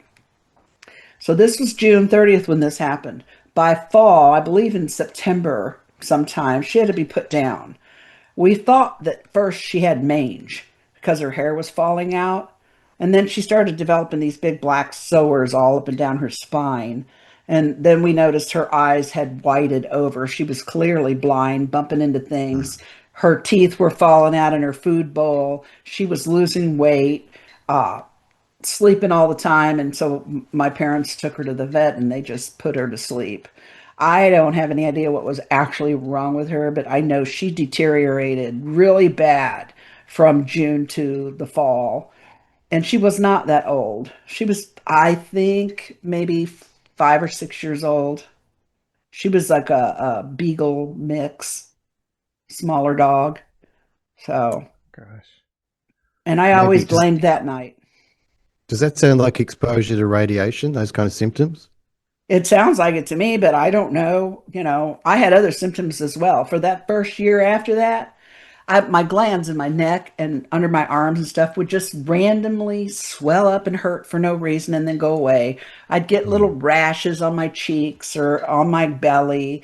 My fingernails started peeling off. My hair got really thin. Right. I was sick. I had no immune system whatsoever. Every single thing that came through Indiana, I caught for like almost 2 years. My immune system was awful. And I've had some weird health issues since then. But basically, though, for somebody my age, I'm actually doing pretty good now. I mean, better than most people my age. So I don't know if it like had a bad effect on me at first and it's helping me now. I don't know. I don't know. Well, that's a good sounding thought. So let's just go with that, right? Yeah, that works for me. I'll Yeah. take that. But I'm kind of curious too, like when and on the same night with the egg thing in the backyard, did your mom ever talk about like, did she see anything? Like, I mean, I don't know, like if you said like, how much time do you think it was when you went into the pool house and the stuff happened to when your mom was calling out? And then did she mention about like, did she see anything happen? I'm just trying to figure out like if there's like everybody else was like frozen in time or what, or did they see? You know what I mean? Oh, I know what you mean. Bud, we all talked about that with Bud. We were trying to figure it out too. Mom, as far as I know, she's never said that she saw anything else other than the ball of light, out there. And my friends whose house I went to, they were actually, when Bud came out and spoke to them later, they were actually kind of upset because they kind of felt like Bud was questioning them. It's like, well, what, based on the time from the time I left to go cut patterns to her house till the time when they came over to go swimming, after it was all over with, it's looks like there may have been about an hour and a half or hour and 15 minutes of time that passed, although I could only remember a few minutes of it, right? And my friends, so Bud was like questioning them, what did you worry about her that she was gone so long? You knew she was going back there to, investigate possibly, we're thinking prowlers and burglars, not aliens, and they were a little bit offended, like he was trying to insinuate that they were bad friends because they didn't check on me and all that. And it appeared as if they had even been, their awareness had even been altered in some way, because they weren't aware that I had actually been gone that long. It was almost as if something reached out to the street behind them and like shut them off in some way as well. But from the best that we can figure, I think we feel like we're pretty certain that maybe an hour and 15 minutes time that is unaccounted for as far as I am concerned. Okay, and I definitely wasn't trying to insinuate, and I'm sure you don't think I am. But oh no, I know you're not. But that's good questions. Bud asked. We asked the same questions. So, like with the ball of light, when, if I remember correctly, I don't think I am, but your mom saw the ball of light at the bird feeder. Was it after that she went and she called out for you, or was that the different night? Or no. That was after she saw the ball of light around the bird feeder. That's when she got on the phone and called me to come home. Yeah. Okay, I was wondering if that was the time when she, like, I jumbled that up, but my thought was like maybe she was like mesmerized by something for the hour and 15 minutes or whatever, and then that's well, we kind of went at the whole thing kind of sideways, so I see where it's confusing. Usually when I tell a story, I start at the beginning and just go through the whole thing, but we kind of went sideways on that. So sorry about that. No, that's okay. I mean, we still got it out there, and I'll clear up whatever questions there might be. No, I just let's see. So, well, one of the last sort of questions, maybe like two more that I have anyway. You had mentioned, well, maybe three more actually, but you had mentioned like the house and again, without obviously saying where it is, right? But the house that you were in that this happened, it sounds like people before you had weird stuff happen and potentially people after you had weird stuff happen. I'm wondering if you've ever reached out, or if anyone who's currently there has reached out to you to talk about some type of similar type of a thing going on. And if you have any thoughts about, is it the land that might be attracting this stuff? Well, I mean, I don't know that anybody who lived there before us had any weird happenings. I'm not aware of, although one neighbor that Bud did talk to mentioned not either one of the ladies that were witness to that night, but another one further down the road did mention to him that they had seen a strange light in the sky above the house before we moved in there. This was before my parents and I moved in. What happened to those people in regards to that light, I have no idea. As far as after the house was sold, my mother passed away, and then my dad had to eventually go in a nursing home, and then he passed away 5 years later. The house was sold. As it turns out, the person who bought the house was friends with the girl that I went to high school with. And she had really not any idea of all the stuff and controversy or weirdness around that house until our mutual friend told her. And then she thought it was kind of cool. And they reached out to me to say, hey, if you ever want to come over to the house, you can. And I asked him at that time, did you, and this has been 20 years ago, so I don't even know if they live there now or not, but I said, have you guys had any weird things happen there, or any paranormal activity or any other kind of activity there since you've moved in? Nope. Not nothing. Nope. It's quiet as a church mouse. Everything is honky dory. No, we don't have any weird stuff happen here. Nope. So Okay. apparently it's us. And I will also say that when I moved into my own apartments, it followed me. When my sisters moved out, it followed her. When my other siblings moved away, my female sibling, my brother doesn't talk about this. He doesn't want to talk about it at all. But it seems to be more of the females in my family. So, but it definitely followed my older sister and me. So when I moved out after June 30, 83, when I finally got my ducks in a row, I got my beauty license, and me and the boys got our own apartment, we had crazy stuff happen in the apartment. And I kid you not, I made friends with the girl upstairs because she was a single mom also. And then eventually I told her about this stuff, because weird things were happening around the apartment. And she was telling me about weird things that were happening up in her apartment. And one day she says to me, nothing weird ever happened around here till you moved in. I said, well, I'm sorry. Wow. I'll talk to him about it. I'll try to. So. Oh, that's pretty wild. I clearly got that jumbled up, so I'm sorry. For some reason, I thought that there was, like, the house had potentially something to do. So thanks for clearing that up. Sure. So, have you ever heard of I'm sure you have, like the MilAbs, the MilAbs, the military. So okay, you were talking about one other instance on a different podcast, and to me that sounded a heck of a when you went out to the woods with that guy. But that guy. So, yep. I mean, if you want to tell that story real quick, but I also wanting to know, like, do you think that may have been like a MilAb type of a deal, or what? I don't know what it was, but it was definitely bizarre. I mean, I just tell people what I remember, and honestly, I don't know what it was. I don't know what happened. I don't know who they were. I don't know what's going on. I'm just tell you what I remember, and then you can figure it out for yourself. Because I have no idea. This guy pursued me. He was relentless. And he was kind of cute. I was single. And he worked with a friend of mine at a factory.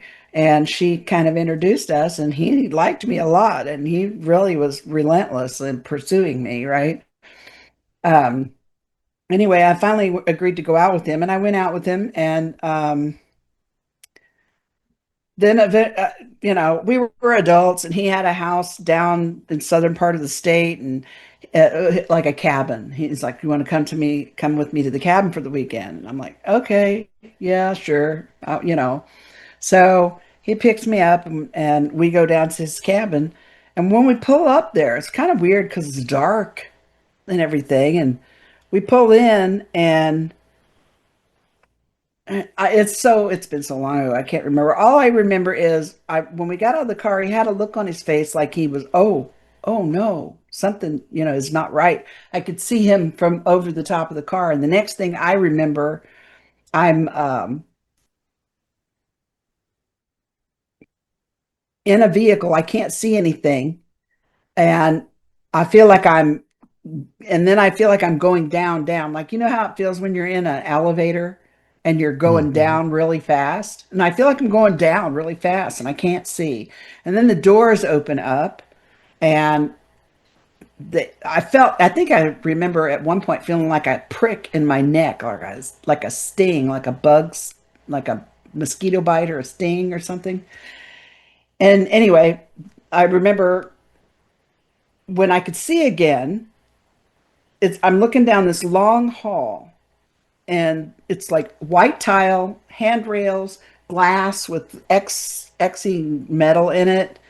And there are men on either side of me with orange jumpsuits on, like orange outfits, like prison outfits now. But this is a long time ago. They're men. They're not aliens. They're human beings. And there's a doctor. I called him the doctor in front, walking with us, and he takes me into this big room. These doors kind of slide open real weird. The whole wall is glass.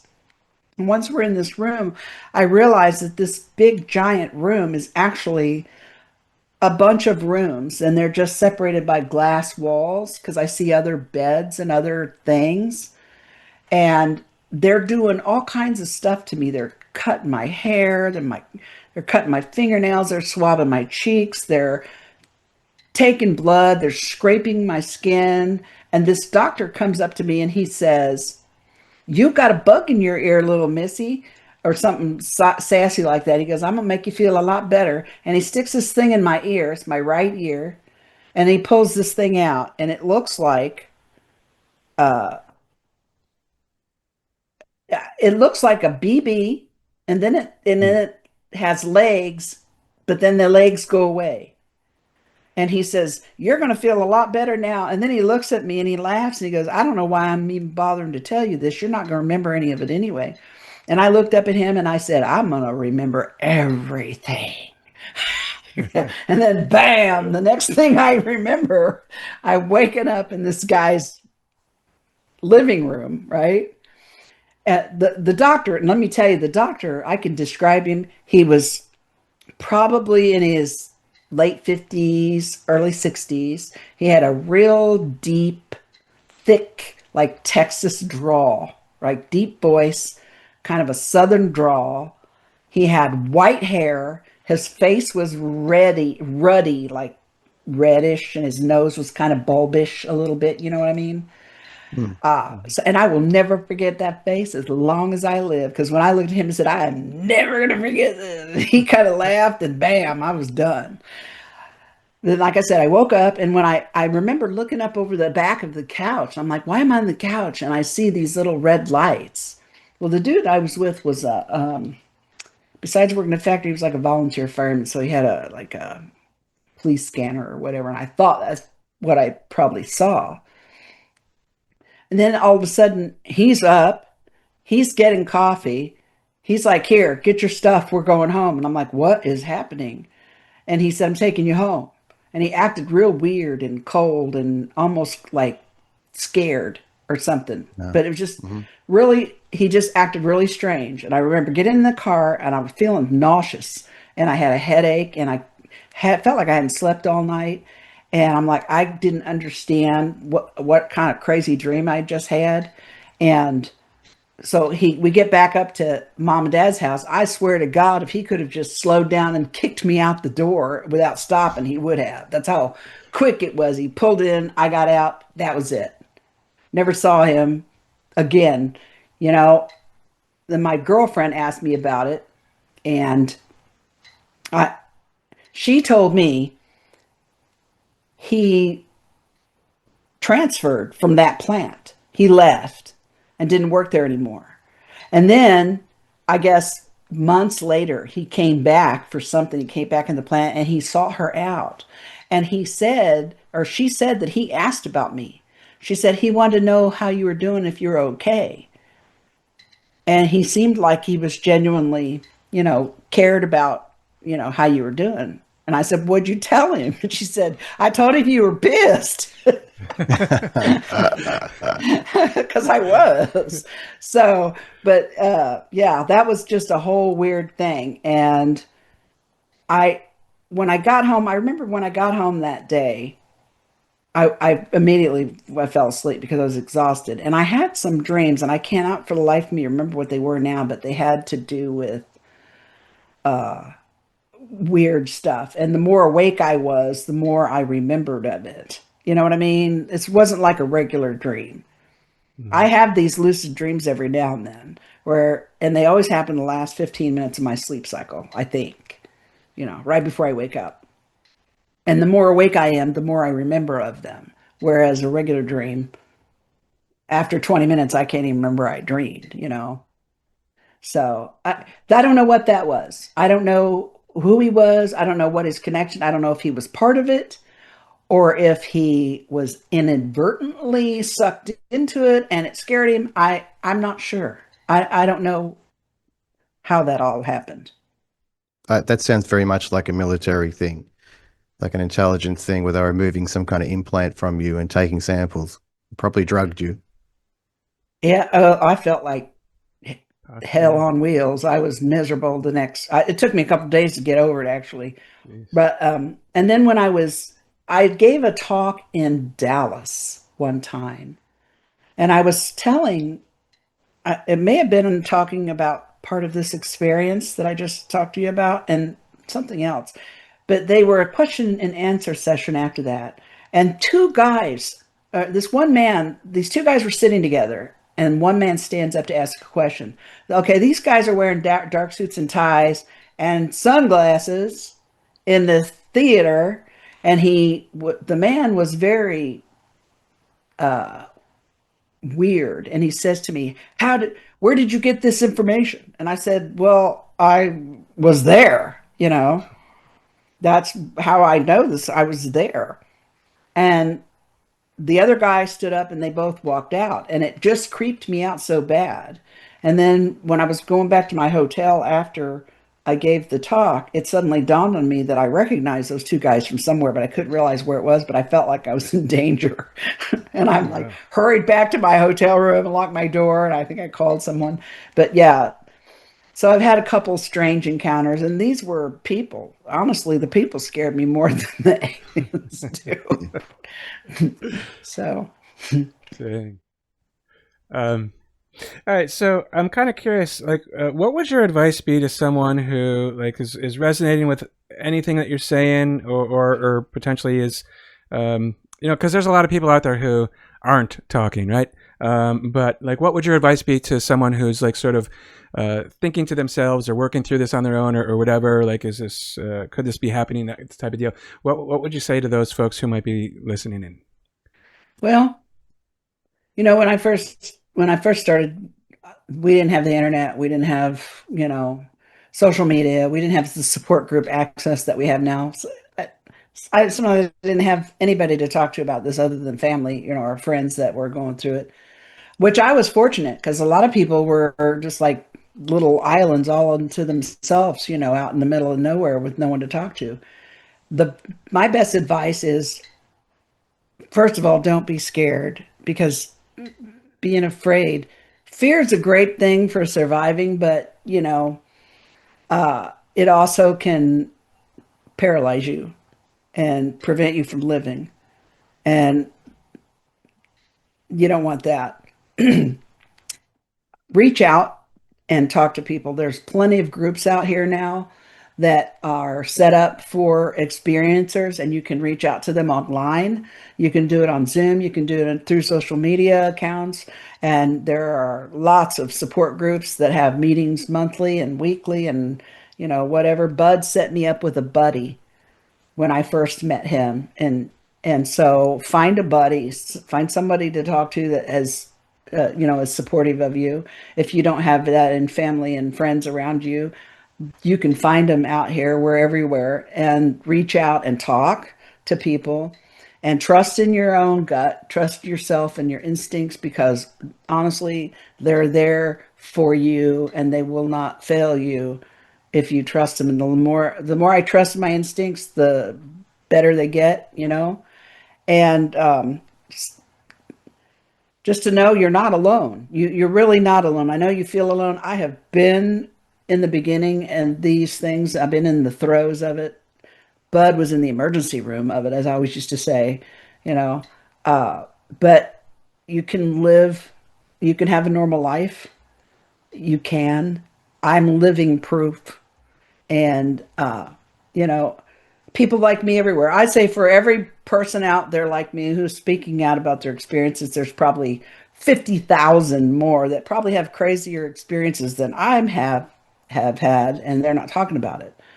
So one of the reasons I've been vocal for 40 years is because I want people to feel more comfortable and less stigmatized to share their stories, because there are literally millions of us, you guys. You're not alone.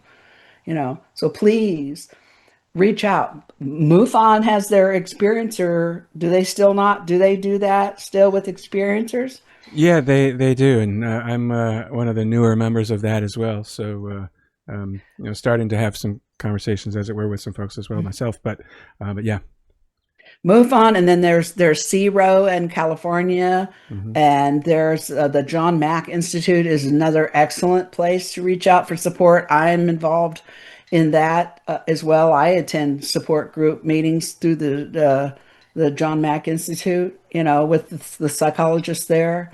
There are a lot more resources out there now for help. So just please reach out. Don't sit there and feel alone, like you're all alone, because you're not. There's a lot of folks out there who understand, who support you, and who want to help you. Awesome. Fantastic. Debra, thank you so much for sharing your message. I had a very interesting thing happen last night. I was at a house and some people were watching a show, which is on the Disney Channel, about this topic we're discussing about UFOs and UFO encounters. So I had nothing to do with choosing the program that was on. I walked into the room and they were watching this show. The first thing I was amazed by is how comfortable everyone was with this subject, because they weren't 15, 20 years ago. People would laugh. Here's the weird thing. You came up on the screen last night. It was season 2, episode 6, I think, from memory. And I didn't say anything to anyone in the room. I thought, I'm speaking to this lady tomorrow. What is this weird synchronicity that's happening? How many times have you appeared on this show? Did I happen to watch the one episode you're on? Oh, that was Investigating the Unknown, and yeah, I think that's what. Season 3. I was in episode 5 and 6 on that, and that's when I first That's when I first met the John Mack folks, Simon Bressler, and them. We were doing the group counseling session there, and then they interviewed me independently, and they also did a little piece about my own experience in '83. So there were I was in 2 episodes of that. I don't do very much of that kind of stuff, but I had agreed to that because I was so impressed with the way they handled the whole subject matter, in the first 2 seasons, and they wanted to incorporate the experiencer part of the puzzle into Disclosure, and I was honored that they asked me to be a part of it. And Leslie Kane asked me to be a part of that. I'm like, yeah. This is why I've been running my mouth for 42 years. So that's wild that you saw that. Yeah, I happened to see one of the episodes you're in. Absolutely fascinating. I saw Leslie Keane in there, all the big names. Dr. Gary Nolan. It was an amazing show. Yes, they did a wonderful job. They really did. To buffer the ontological shock for folks who were okay with Tic Tacs in the sky, but they had to realize somebody's flying them. And it probably ain't us. Well, at least not all of them. Yeah, do you think people are becoming more comfortable with this subject in general? Yes. What I've seen in the last 40 years from when I first started speaking out till now, Yes, people are a lot more comfortable. It's the young people that are like, yeah, it's cool. Yeah, yeah. I mean, my granddaughter, when she was 14, she's like, Nini, do you believe in aliens? I said, yeah. She What said, great cool. question. She said, cool, so do I. And I said, that's cool. Because I'm thinking to myself, now she knows if she ever has something she wants to talk about, Yeah. she can talk to me. So, but yeah, a lot young people, I love it. The young people seem to be the least phased by Yeah, it. They're there were like, teenagers watching the show last night when I came into the room. I didn't even know they hmm watched the show. yeah, yeah. That makes my heart feel good. Awesome, awesome. So Debbie, can you tell everybody out there, like, if they want to reach out to you, and also maybe about your podcast as well, where they can Sure. check that out, and how can they contact you if they want to do that? Well, my podcast that I do with my buddy Greg is called Midwest Paratalk Radio. We've been doing it for like 15 years. There's tons of old video on YouTube that you can laugh at us about. But we're a bit of a hiatus right now because we both had some health issues we've had to work through. But hopefully, um, sometime by the end of this fall, we'll be back at it again. We just talk about all things paranormal. It's mainly him and me just, chit chatting about what's the latest. And sometimes I'll tell a new event that's happened to me or something, but that's fun. Anyway, it's called Midwest Paratalk Radio, and you can find it all over the place where there's podcasts and also on YouTube. And then I have a website that my husband has been keeping for me for over 25 years now. It's called Deb's Home, DEBSHOME. And my stories on there, my artwork's on there, my pictures are on there, and lots of things that I find interesting from the scientific world and from the world of ufology and from the disclosure and all that jazz. So, and there is a place there where you can email me. You can reach me through email through the website.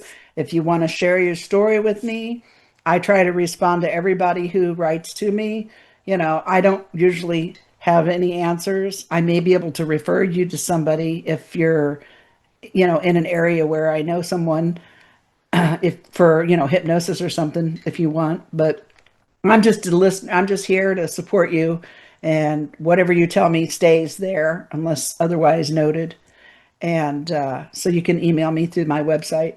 And then, I've got my book that came out in August of 2021 called Extraordinary Contact, has a retelling of the original June 30 '83 in my own words, and then my how I've lived with it and things I've gone through since then and where I'm at now. That it's like 10 years in the making. It's my journals. That's another thing I suggest to people who have these experiences. Write everything down. However little or however small you may think it is, write it down because it may mean something later. It may be a lot of little dots that you can put together later and see a bigger picture. So always write everything down. I keep a journal. And my two books basically were journals that I kept over these years. So that helped me connect the dots and hopefully can help them connect the dots as well. And you can get that book on any major online bookseller, Amazon, Books a Million, places like that. And it's called Extraordinary Contact: Life Beyond Intruders. Okay, great. Thanks so much. Thank Stuart, you. Stuart, any last comments from you? Just want to express my love and gratitude, Deborah, so much. So much Thank love you. to you. Thank you for your courage. Thank you so much. I appreciate that. Well, thanks so much, Debbie. We really, this is awesome. I appreciate you and your courage as well. Thank you. Echo what Stuart said, because it's important that you're doing what you're doing. So Thanks. perhaps we can speak again at some point. And Absolutely. and until then, thanks for visiting with us. We really appreciate it. And thanks for having me. All right, so Stuart, it just dawned on me that what we were trying so hard to do several weeks or a couple months ago is just sort of falling into place organically now with the experiencers. I think. What do you think about that? Oh, I love that. Now, did you notice that the mantis even came up during that conversation? I was amazed. I did. I held back. I wanted to say something, but I held back because, we just a couple conversations ago talked with the Mantis for a second time. And many conversations before that, I'm like, 2025 is the year of the Mantis, So, we're mantises or manti, whatever you want to call them. They're everywhere. They're emerging all over the place. I thought that was pretty wild.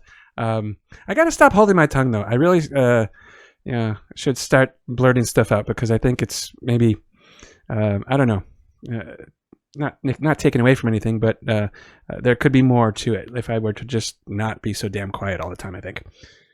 Yeah, maybe me too. And I really wanted to honor Deb for her courage. I felt, and that's for us too. Like, it takes courage to talk about these topics. Now, it was a big step for us to go into this sort of podcast world that we're in, which I'm really enjoying. And I think it's a gradual process. So I said in some of the earlier shows, I'm quite open with these discussions when people come to me or within the sort of esoteric community, but it's a different thing to talk about it on the world stage, so to speak. So I really respect people who do that. Yeah, likewise. I have nothing but respect for Deb and everybody else who is out there publicly speaking about their experiences, because it takes a lot of guts to do that. And it is a world stage. I mean, it might sound silly, because we, at this point, we're not like the most popular channel with the most views or whatnot, but, we were audio only everywhere as well. And we do legitimately have a global audience base or participation base, as I like to call it, as it were. People are out from all over the world tuning into us, and it's great. I love it. Yeah, well, it's certainly a public platform, so it's it's felt like a big deal at first, but I'm getting more comfortable as we go along with this journey, and I'm learning something new every interview we do. So I just learned a couple of new things, which I'm going to integrate. It's great to share stories and compare knowledge. It is, absolutely. And I think that, I think I maybe said it in like our intro part, like the world isn't ready for experiencers per se, but we're, trying to help pave that way with everybody else who's talking about it. But I also think that, I have mixed emotions about the congressional political thing, right? Originally, I did legitimately think that they were going to do something. Now I don't think that they're ever. But the fact that they're still having the conversations in Washington, D.C., and now they're starting to come out and talk about entities and beings and such. So it's very exciting anyway, whether they ever have as far as I'm concerned, disclosure already happened, and I said that many times before. But if the red carpet capital D disclosure ever does happen, great, I'll love it. I personally am now of the mind that it's probably not going to happen, but the fact that we're having these conversations and, Deb's coming forward and, other folks like her are coming forward, we're doing our small little part in it.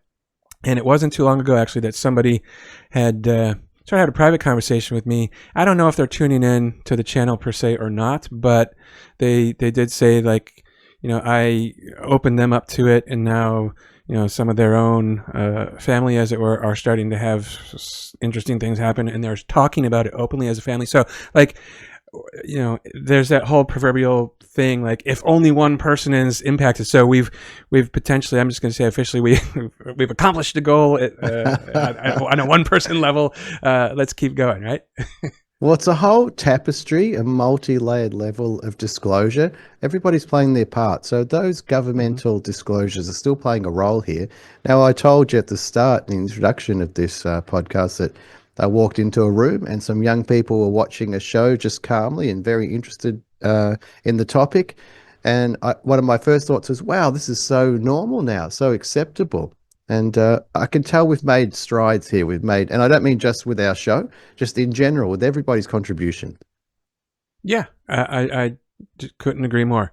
And everybody has a place too, even if, I don't want to say it the wrong way, but there's a lot of different podcasts out there. But if you're spending time talking about this topic, to me, it doesn't matter how it is you're doing it, right? You're helping people get aware of it and become open to it, and we're all on the same team. So whether I agree with you or not, or you know what I mean, everybody's got a place here.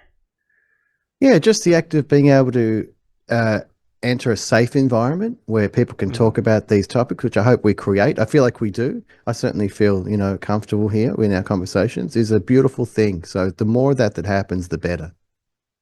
Yeah, and there can't be enough. It's not like there's ever going to be like too much, right? Especially when it comes to the experiencer. Like there's a lot of different groups and such out there, but I don't think there can ever be too many of those, because like there's billions of people in the world, and it's never going to be like there's just one central location for all of this stuff to kind of happen or be talked about, as it were. Just fantastic. I know I say it every time, Mike, but it's an absolute honor to be on this journey with you. I just love it. Stuart, likewise, right back at you. And, oh, I forgot to say this at the beginning. Apparently we're supposed to say this at the beginning and not the end, but please comment, please subscribe, share us. Thank you for all that you've done so far, and help the robot tell other people, or I don't know you know what to do. Come on. I mean, I feel like I shouldn't have to tell people to subscribe, because you're going to, or you're not, and that's your choice, right? But it seems weird to, especially at the beginning, to say it. It's like, if you made it this far, then absolutely hit that damn subscribe button. But in the beginning, I think it's a little bit weird. But nonetheless, we've got that icon thing. Anyways, thank you, Stuart. Like that. Thank you, Debbie. No, Mike, I like that. I want to invite people to make comments, and any type of comment you want to make is fine. Be part of the conversation. You're always welcome. Absolutely. So we'll see you back here real soon. Much love.